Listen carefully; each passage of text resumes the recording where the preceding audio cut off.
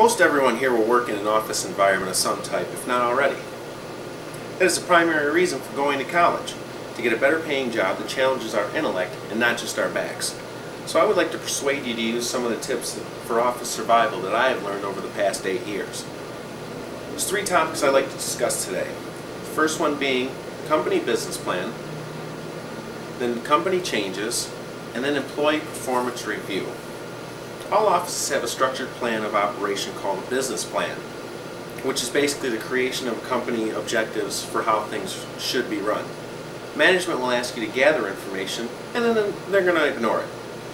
They will also appoint a team leader, project team leader, who is usually someone of management status, and this person is usually a total nitwit. This project team leader will hold hundreds of meetings and will increase the amount of status reports that you need to turn in, which of course will decrease your activity on actually getting your job done, so you're probably going to get reprimanded for not being able to complete your job in a 10-hour day. Now I'd like to tell you the tips for dealing with a new business plan. When you're dealing with management, you should use lots of acronyms and lots of buzzwords that they're familiar with. So when the question arises, Mr. Davis, how are you doing on that project? You should simply tell your boss, well, there was a little inconsistency with the metrics surrounding the logistics. So I ran that through the OE for the standard QC, but there was a glitch with the SOP. So I pushed it through to the TQE for the proper adjustment figures, and we compared it to the EEO, OSHA, and ISO procedures. And it appears that the Y2KBP is back on track. Now you'll probably end up with a response like, well, excellent job there, Mr. Davis, keep up the good work. Now once the business plan actually gets pushed through, there's going to be a time for a change, and maybe some downsizing. Now there's 2 reasons for change. One is due to consultants. Now consultants, you've probably seen them on the streets running around. They're the same people that run around yelling out, hey, you got any spare change? Now those people are pretty lazy, so that slogan of theirs has gone down to just them saying spare change. So by the time they get hired into your company, the slogan's gone down even further, so all they're doing is running around just yelling out change. And the second reason is for someone who has a lot of spare time with absolutely nothing else to do on their hands. These people are called nonconformists or change masters, and they change something at every turn. Now people that want to stay uninvolved, and those are the same people that usually bait the change masters. Now these people are called CMBs, or change master baiters. Now you don't want to be one of these people, because they're usually one of the first people that end up getting cut when the downsizing occurs. Now the tips for accepting and adjusting the change are in email and communication.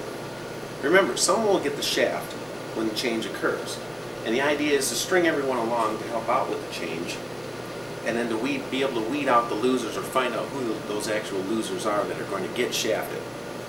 Now the best thing about communication is it's like a cardboard sandwich. You put enough relish on it, and someone's going to eat it. So the trick is to send lots of email and communication through voicemail messages, by telling people that things are good and everything is going along well with the plan, and actually not even mentioning any names would help. Some people will drop out thinking that everything is running smoothly and that their job that they're doing a good job. Now these unsuspecting victims will think they're part of the change, and you will get to keep your job while the attention is focused on those not doing theirs, because they think everything's running smoothly. Now the last of my 3 points is concerning your work environment survival is the employee performance review. Now the purpose is not just to frighten or degrade you. The purpose is also to make the employee work like a slave at least 1 month out of the year. Also so management gets a signed document of proof that you're working under your productivity level, and to be able to justify your low wage or salary. Now, as an employee, your outlook on the review should be one of, well, I deserve more money. And why do I deserve more money? Well, because I'm here most of the time, and I must get something done, or else I wouldn't keep coming back. Now, the actual truth about reviews is that your manager or your boss is going to ask you basically to write your own. He's going to look for input from you.